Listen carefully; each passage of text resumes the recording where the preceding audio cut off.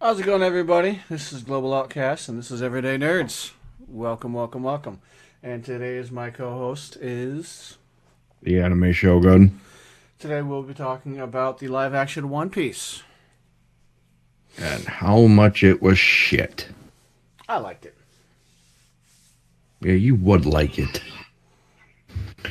Well, a lot better than the live-action Death Note, that's for sure. Well, so that's going to lead us to the first part right there is so I don't know. In my opinion, it's better than probably good 80-90% of the live actions that they've done on Netflix, but at the same time, I don't know. It's hard to get into because I look at it like you got to go into it. If you've watched you watch the anime, you read the manga, you got to go into it with an open mind.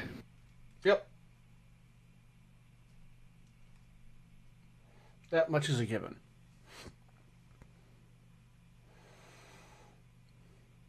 But that being said, so in your own opinion, how would you compare it with the other live action adaptations that were done? A lot better. They stayed a lot more faithful. That is for damn sure. They So stayed. you would say that they stuck close to the source material. Yeah. Obviously, they had to change a few things because it's a live action. They can't do exactly everything via manga or anime, but they stayed relatively faithful to the source material. And considering the creator of One Piece also had a huge hand in making it, they kind of had to. So that much is really good when the creator of the source materials like I want to be a huge part of this so that way it doesn't get screwed up. Well, I think it's that, and I think it's part of it is also, I think he's aware of how these live action adaptations are being done by Netflix. I think he's kind of concerned that he doesn't want One Piece to basically turn out like how Netflix fucks everything up. I think it's not just Netflix. I think it's just more along the line of producers thinking they know what's going on. They know what Okay, change. but we're not talking about net. I mean, sure, yeah, I get what you're saying, but we're talking about Netflix solely because any other, I mean, yeah, you could use the one we don't talk about as one source because it's not Netflix, but I'm mostly solely talking about Netflix and how Netflix is messing it up, not other creators. I'm talking solely Netflix. Yeah, but I'm also just saying Netflix isn't the only one that does that kind of shit. Netflix is a huge problem of it. I'm just saying it's not just Netflix. That's all. Right, but not to go too far into depth or off course, I'm limiting it to just Netflix. I get it. So, what is the next question you have since you're kind of in charge today?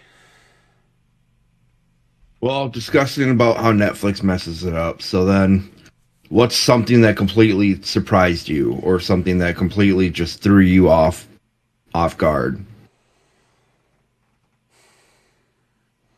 Considering I've seen the anime, not a lot threw me off. I think the only thing that kind of threw me off is the fact that Garp was a huge influence in the first season in the live action. Because in those who have watched it in the anime have do know that Garp doesn't show up until much later, and Colby doesn't make much of an appearance until much later. Also, same with Haircut, and it's just that I think that's the major part that threw me off is the fact that they put Garp as a major person in the beginning of in the first season, like he's just trying to take care of his grandson. I think that's the yeah. I think that's the major part. What about you? I would say, I don't know. There was a lot for me to take in. Nothing really surprised me. Uh, Well, there is one thing I guess kind of surprised me, and it wasn't necessarily a good surprise. For me, I'd have to say it was along the lines of Baroque Works. Bringing in Baroque Works so interesting, or bringing them in so early. That I kind of did not like. It surprised me, and I didn't necessarily like it. Yeah, considering Brokeworks wasn't in You it don't too. even hear of Baroque Works until season two because Yeah. as I use the source material as a reference for this, I was watching One Piece and on season two, and it makes no sense because for them to be like, okay, well, number seven was killed by Zoro, and he was introduced into Baroque Works before then. You don't even know of that. You don't even know that that had happened until you get to season two. Yeah. And the reason I do say that is because of the fact that later in the show, uh,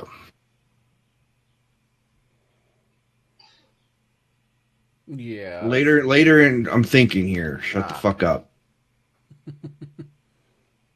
And like, how do I word this? Like, so in season two, when they get to Whiskey Peaks, it's Zoro taking out like literally 100 of the billions. That's what they're called, is the billions. Yep. Zoro took out 100 of them. And that's kind of when you find out, oh yeah, he was approached by Baroque Works to join him, and he had sat there and said, "Oh yeah, I'll join you, only if you make me your boss." I remember that. Good episode. Right. So that's where I kind of had a bit of an issue with it, you could say, Yeah. because it made no sense. I think it was their way of introducing Zoro to the It, non One Piece yeah, fans. it was, but that's where I didn't like it, and that's where, in my opinion, they fucked it up. Because for them to bring in Zoro like that and bring in Baroque Works in number seven, you don't even hear or see of it until season two. So that upset me. I mean, there were some things that, but there were some things that surprised me. Like I was surprised they didn't do uh Usopp's nose, but yet they did Buggy's nose. Yeah. That kind of surprised me a little bit because I would have thought, why not? Yeah, I would have thought why not too with Usopp's nose. Like it just makes no sense to me. But all right, well, let's talk about parts you really hated. Give me your number one most hated part. That's a tough one because I really didn't hate much of it. Okay, but there had to have been some parts where you did not agree with it or you did not like it. I think the most part I didn't like was Mihawk being the main antagonist. Mihawk and Arlong being the main antagonist in the Baratier. Did not like that because I think it kind of ruins Arlong a little bit, considering he's supposed to be the main antagonist and it's supposed to be, before they go into the Grand Line. So I think it just sort of. Actually, I think Smoker would probably be the main bad guy before going into, because he's technically the last, I think, bad guy they encounter before they actually get into the Grand Line in the anime. Yeah. But yeah, I just didn't like that just because of the fact is Arlong. I like Arlong Park, the Arlong Park arc in the One Piece anime. I really do. One of my favorite anime, one of my favorite arcs. But it kind of ruins it a little bit when they bring him in early in the Baratier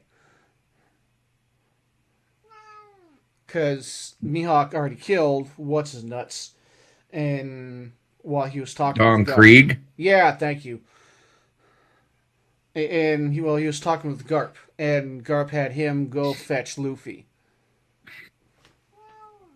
So I think that was a major part I didn't like about it. Is when they switched it up with that little episodes instead of having Don Krieg be the big baddie for those episodes.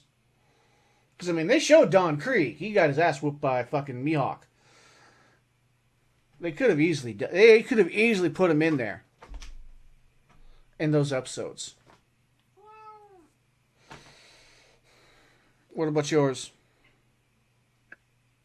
Uh, I don't know. I can't really list just one because I've got a few. For me, how they did Usopp and the Going Merry, like that whole story, I did not really like. That part I thought was weird.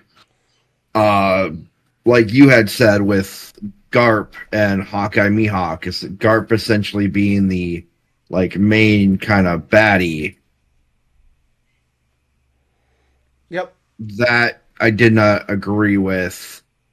Um, Trying to think what's another good example to use. Um, Buggy having his red nose, but yet they can't give Usopp his nose. Like, how do you explain Usopp?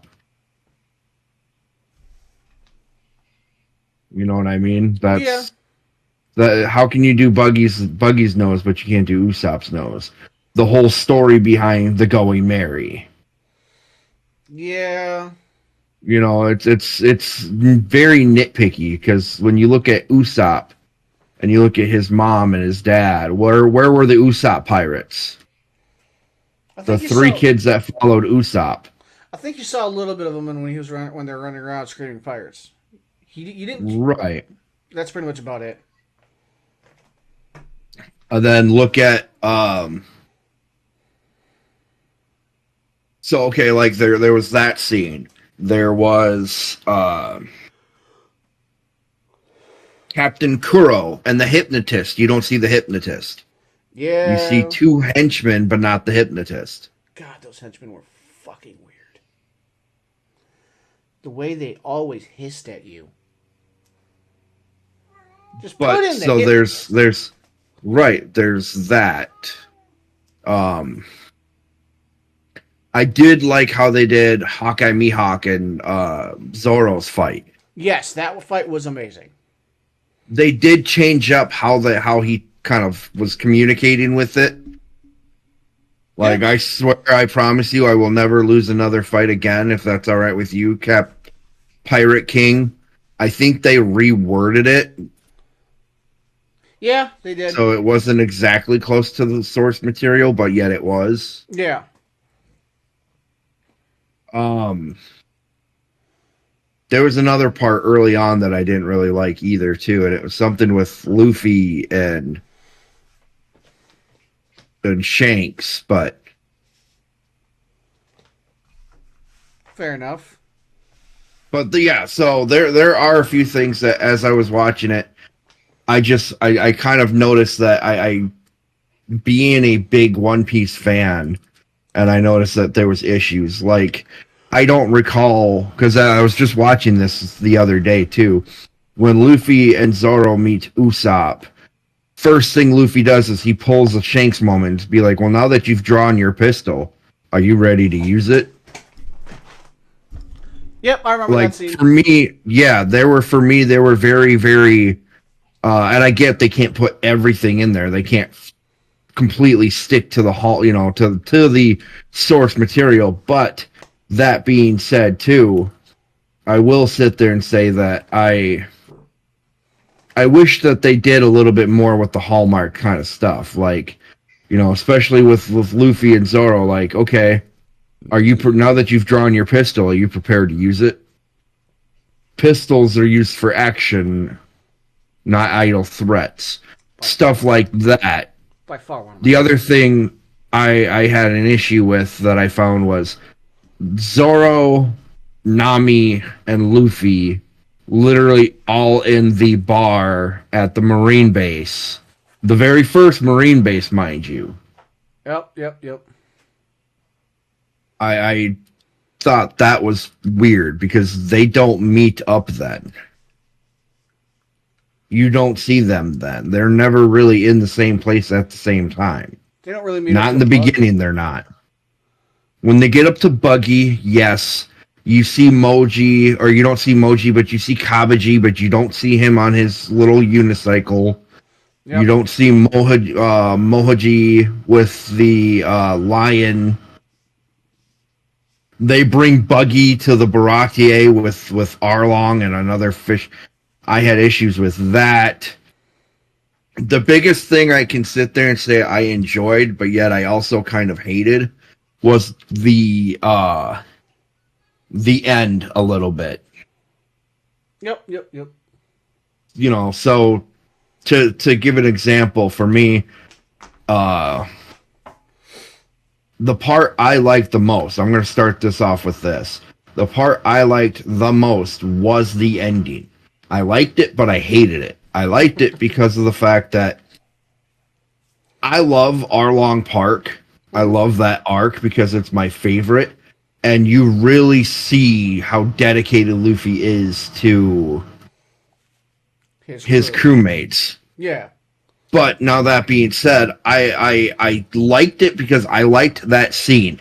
Oda made damn sure Netflix stayed true to the original, the source material of Luffy starting to walk away after, Nami's all like Arlong, Arlong, and she's stabbing herself. I wish they would have had her stab herself a little bit more because then you see a little bit more in depth of how much she hates Arlong instead of just a little poke. Yep, she stabbed herself twice, and then Luffy stopped her. Yep, yep, yep. Right. So that Luffy stopped her. She literally just kind of poked herself, though. Where in the anime and from what I saw in the manga, she's actually literally stabbing herself like 5 or 6 times. Probably more, 4 or 5 to be more accurate, but she's stabbing herself more than 2 times before Luffy stops her. That being said, she turns around and cries and says, Luffy, help me. They did that in the live adaptation. Now comes the part where I got mad. Luffy walks away and says, of course I will. He puts his hat on her head, which he did in the live action. Yep. But what pisses me off is in the anime, he yells out, he's gonna pay. Oh yeah. In that scene, in the live action adaptation, he yells out, of course I will. Then you get to the best moment ever of Zoro sitting there with one sword, Usopp literally cross-legged sitting down on the ground, and Sanji standing in a certain angle with the cigarette, and Luffy walking that way. That part I liked. That part I knew they were going to stay true to the source material. The thing I didn't like about it is it literally took place in the orchid fields right outside the village, where that scene technically took place in the actual village Yeah. in town. Yeah. Because the other thing that I did not like is when you were watching the fight scene, it felt like it was literally in the village instead of it being in Arlong Park. Yeah. I wish they would have done Arlong Park a little bit better.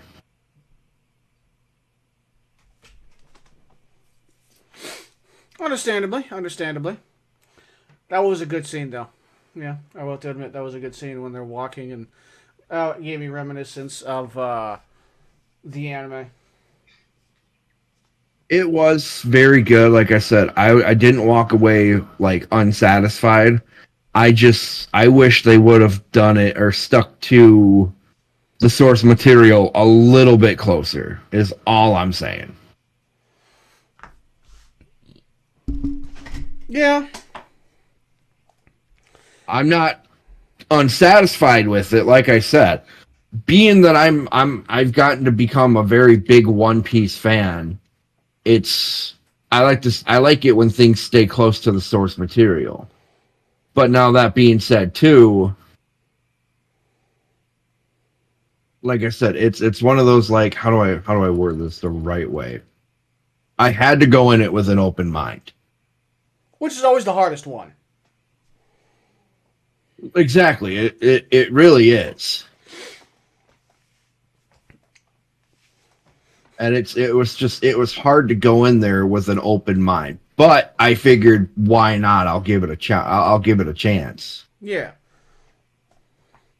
Because that's what I always try to give it an open mind, because the live action, any live action adaptation is its own thing. It's not going to be the exact copy of the anime. Granted, if it was, it'd probably do a little bit better. But I digress. They obviously have to make some changes. They obviously have to take some things out, switch some things over, do all sorts of things. And they always have to walk that fine line between too much and too little. Because if they do too little, it's gonna be it's gonna feel like too cartoony, too crappy. If they do too much, well, it's just gonna be another Death Note. That or a fucking That movie that shall not be named. yeah, because I'll kill you if you fucking say it. Hey, we've decided long ago that's what we should call that movie. But anyways,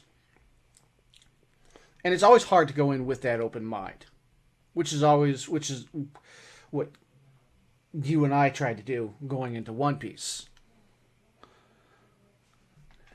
But Right. I think a part I liked, like legit liked, would have to be Zoro. Any Zoro parts I loved. Yeah, but I do remember me and you were talking about how we wish that they would have done a little more with the three sword style. Yep. That was one thing I wish they would have done a little bit more of. Um, I remember in the first season he got lost a lot in the anime. He got lost a lot more.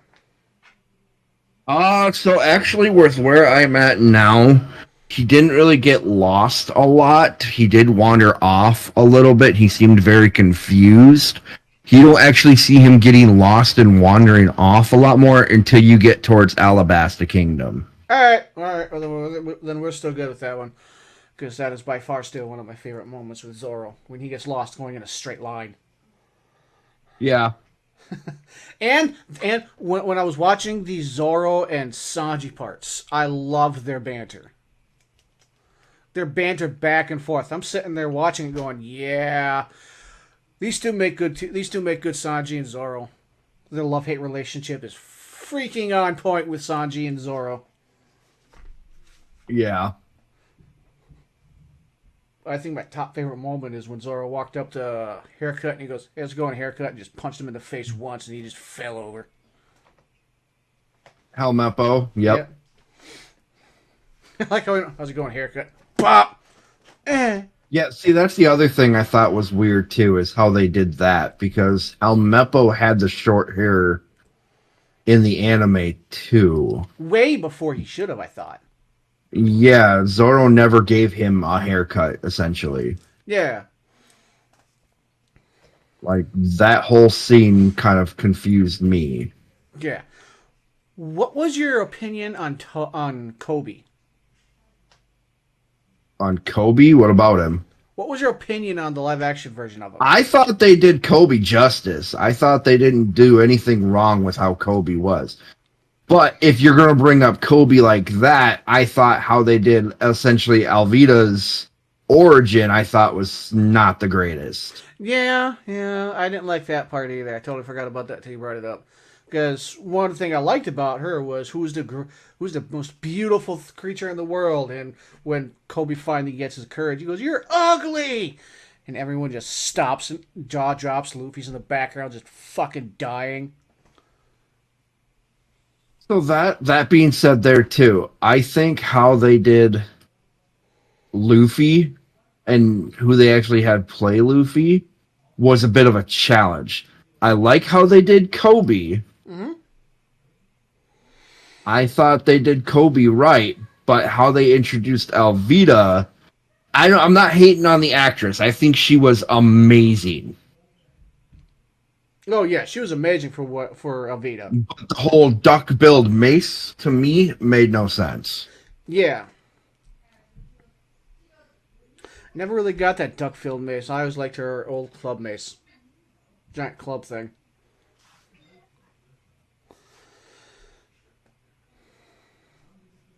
But yeah, fun fact for those who don't know. Um, when the One Piece live action first came out with its characters, a bunch of SWJ people got fucking heated over it. SJWs. Yeah, whatever. I really don't give my brain activity to them, so I don't care.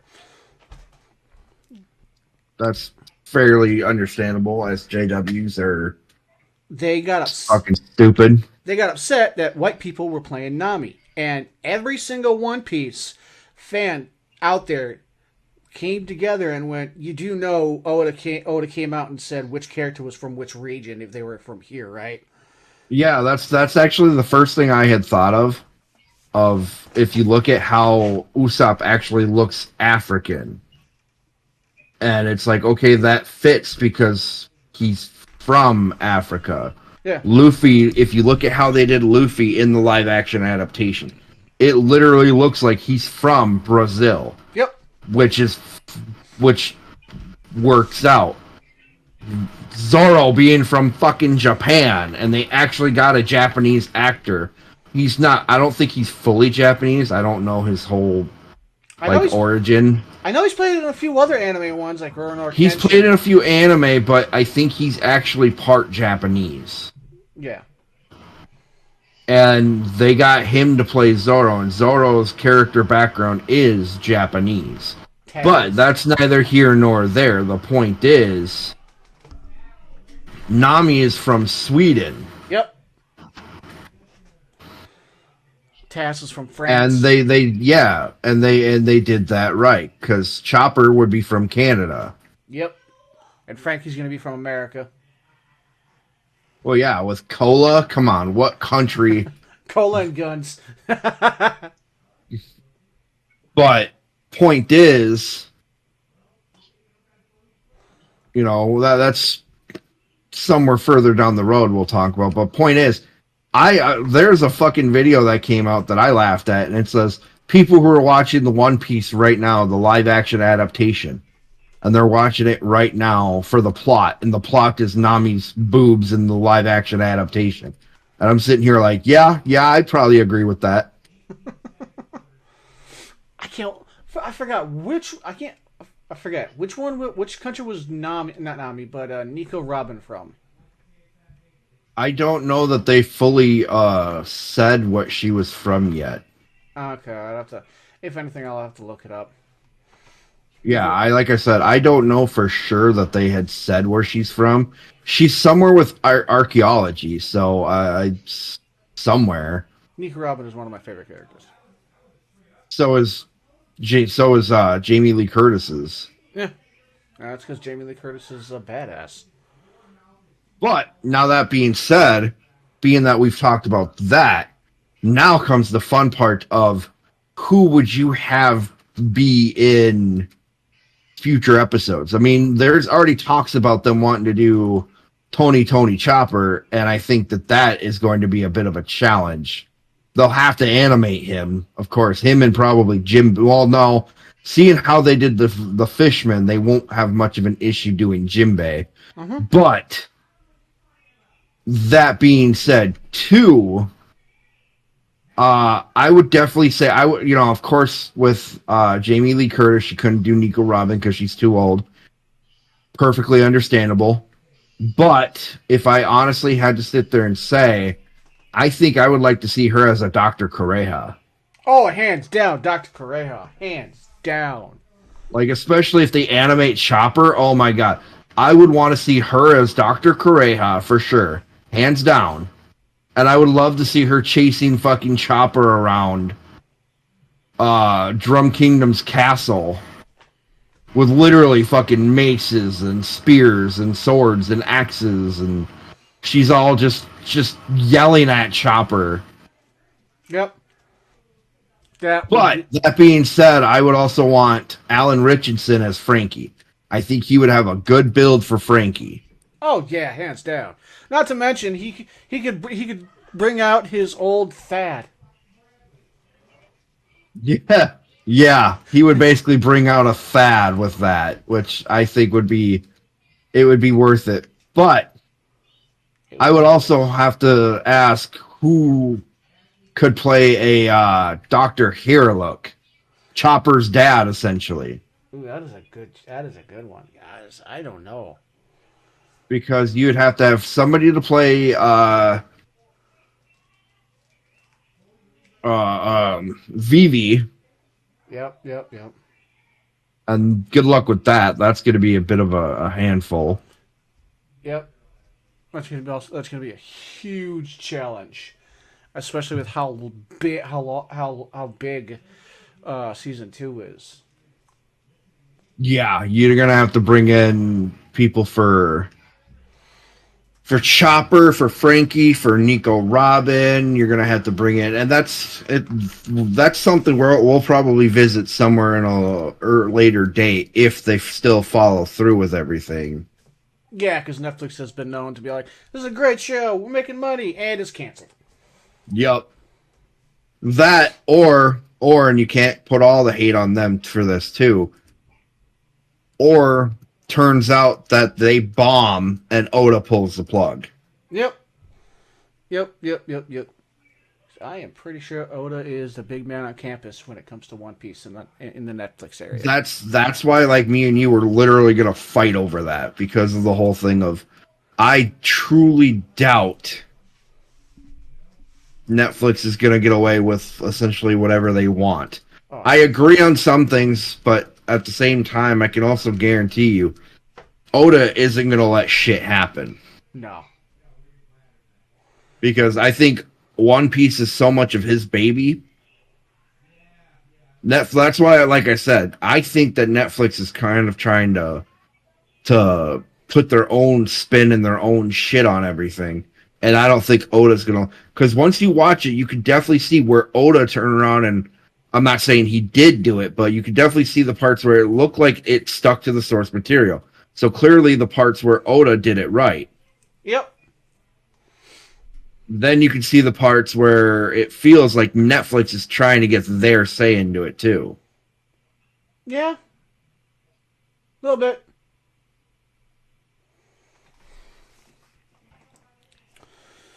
It doesn't feel like a cash grab, which is a good thing.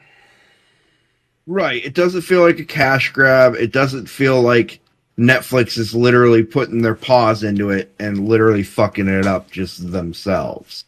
Right. They didn't change. But They didn't change anyone to be unnecessarily anything that wasn't from that was that had, they didn't stray away from the source material, which I liked. right. Right. But that being said too, that's where I'm a little concerned that they will fuck it up.